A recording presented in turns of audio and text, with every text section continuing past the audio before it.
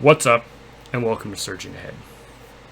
Today I'm going to go a little outside my comfort zone, and I hope you'll bear with me. And if you have no interest in this subject, please just skip this video and come back for another one. But today, I want to talk about NFTs and gaming. A lot of the voices I respect most in video games are struggling to get a grasp around what this really means. They don't seem to truly understand what the blockchain is, how a smart contract might work, or where an NFT would fit into this puzzle.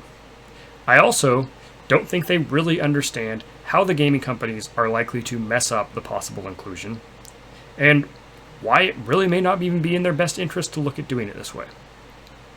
So, I thought maybe I'd give a brief explainer about what the blockchain is, what smart contracts are, how it all ties into NFTs, and then where their places could possibly be with gaming, before then saying why I don't think it's probably really going to happen anyway. So, stick around, and we'll dig right in.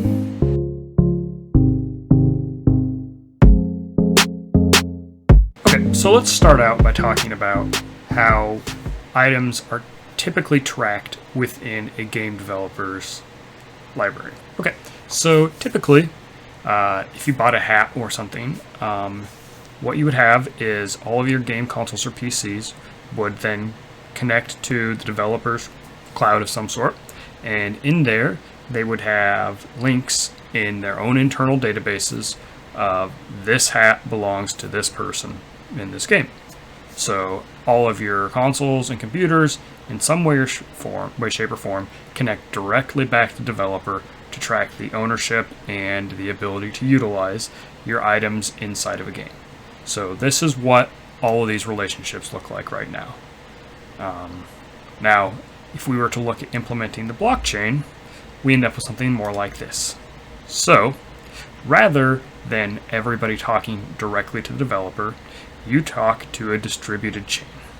Now, the benefits of this, at least from an ideological perspective, is that no single entity is in charge of it.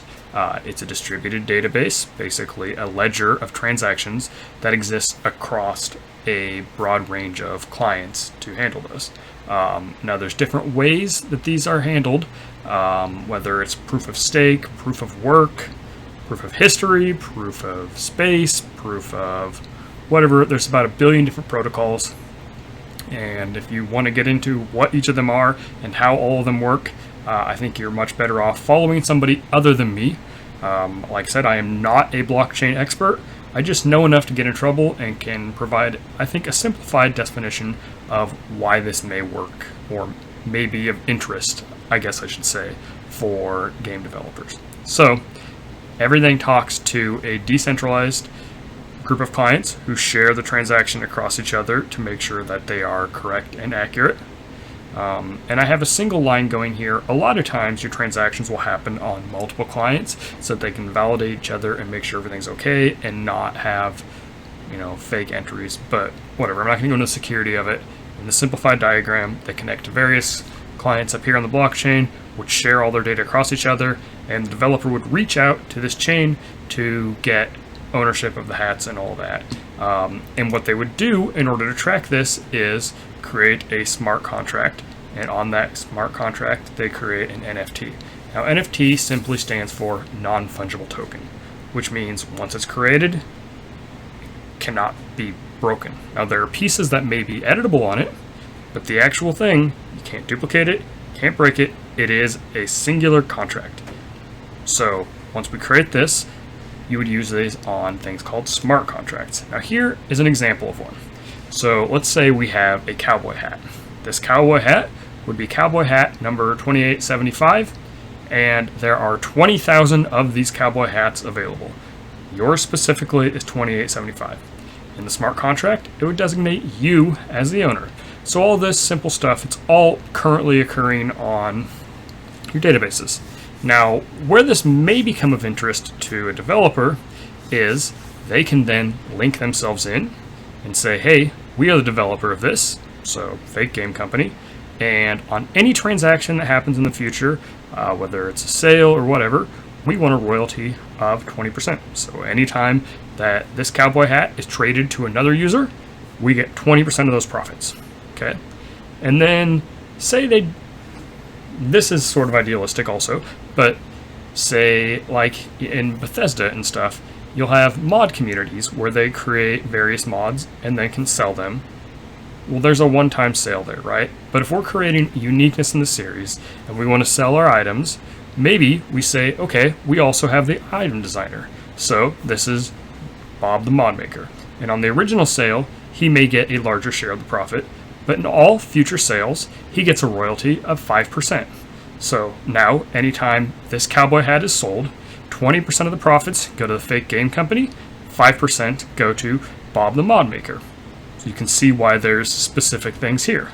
Now, from further on, this is where this likely is never to happen actually, but if you do have integration on, say, the engine level, like Unity games all allow for these NFTs to be exported off of this specific chain, you can have games specifically linked to this. So in your game, Scam 1, Scam 2, Scam 3, and I'm saying this because I anticipate, at least originally, anything that uses this to be a game that's not great, probably, right?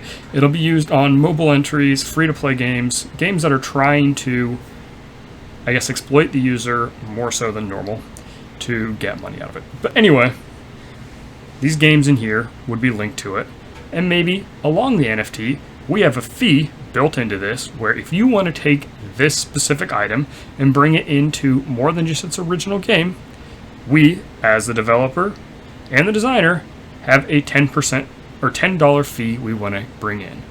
And for an import, the game developer says, I'm keeping 90% of this because this was off my marketplace originally, and we're going to go ahead and give 10% of that import back to the designer of the product. So, and you can see how that works. In addition to this, you could also have, on a direct marketplace on the game you're importing it into, a fee to bring items in so everybody gets their cut, right?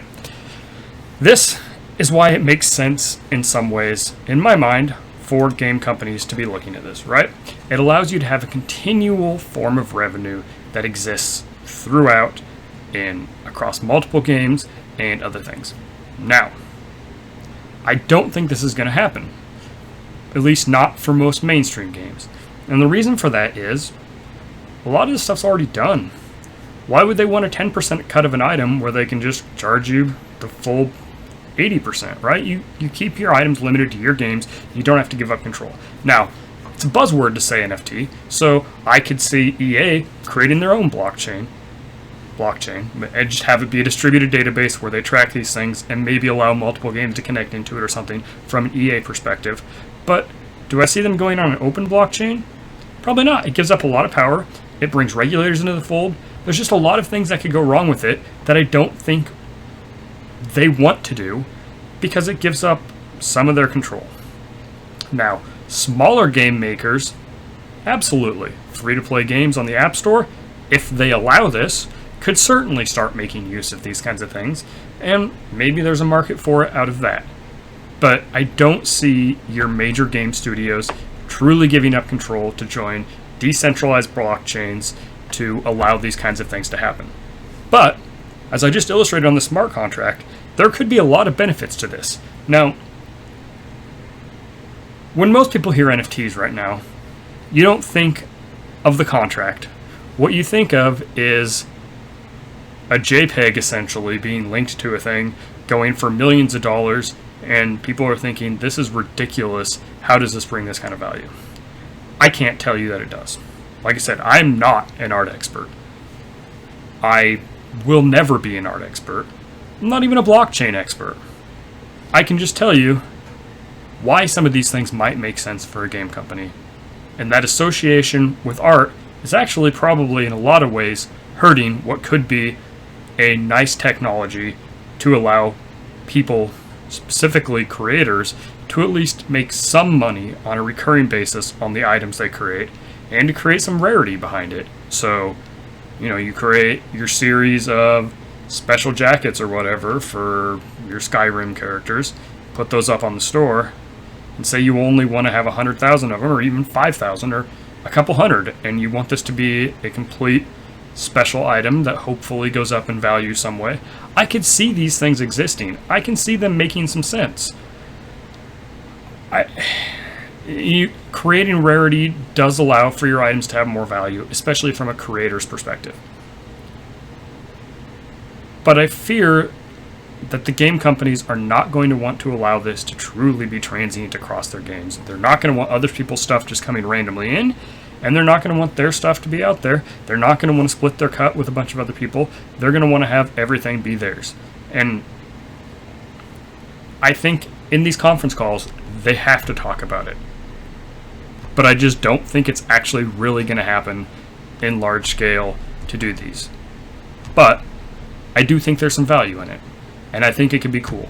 However, this all then comes back in my mind to the elephant in the room, which is the climate impact, right? This uses a substantially higher amount of energy to run these large distributed databases than it does to just run specifically centralized repositories of data.